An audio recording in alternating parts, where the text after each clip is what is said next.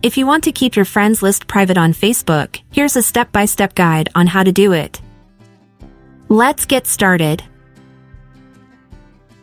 First, open the Facebook app on your device.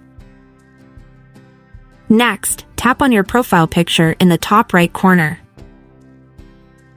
Scroll down and select Settings and Privacy.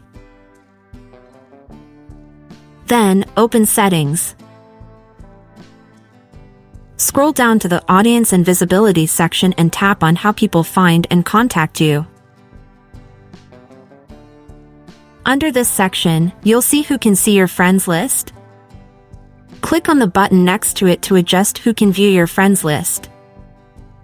You'll see a list of privacy options like Public, Friends, Friends Except, Specific Friends, and Only Me. If you still want it to be visible to your friends, select the Friends option. To hide your friends list completely, press the button again and select Only Me. And that's it.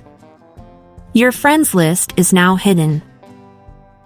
I hope this tutorial was helpful. For more tips and tricks, stay tuned to our channel.